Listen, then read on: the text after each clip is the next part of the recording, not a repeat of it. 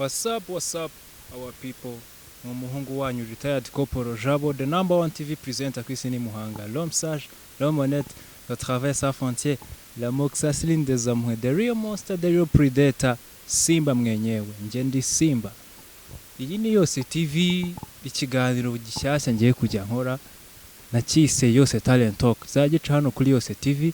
Ni ikiganiro nzanganiramo n'abanyempano benshi batandukanye mu ngeri zitandukanye. Nkamenya buri kimwe cyose kiberekeyeho urugendo rwabo, aho bava, aho bifuza kugera, ubundi nkafatanya nabo urugendo.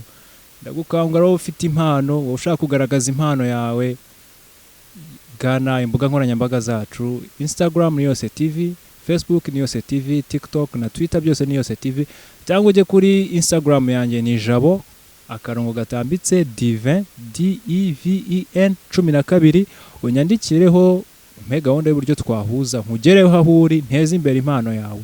Ni ikiganiro nzamukurikirana cyane hano kuri Yose TV, kandi nkwibutse gukora subscribe, like and share kugira ngo inkuru zacu n'ibiganiro byibona 5/5. Impano nimwe muzifite, iterambere ryacu, iterambere ryanyu riri mu biganza byacu. Stay tuned, we are Yose TV, it's your boy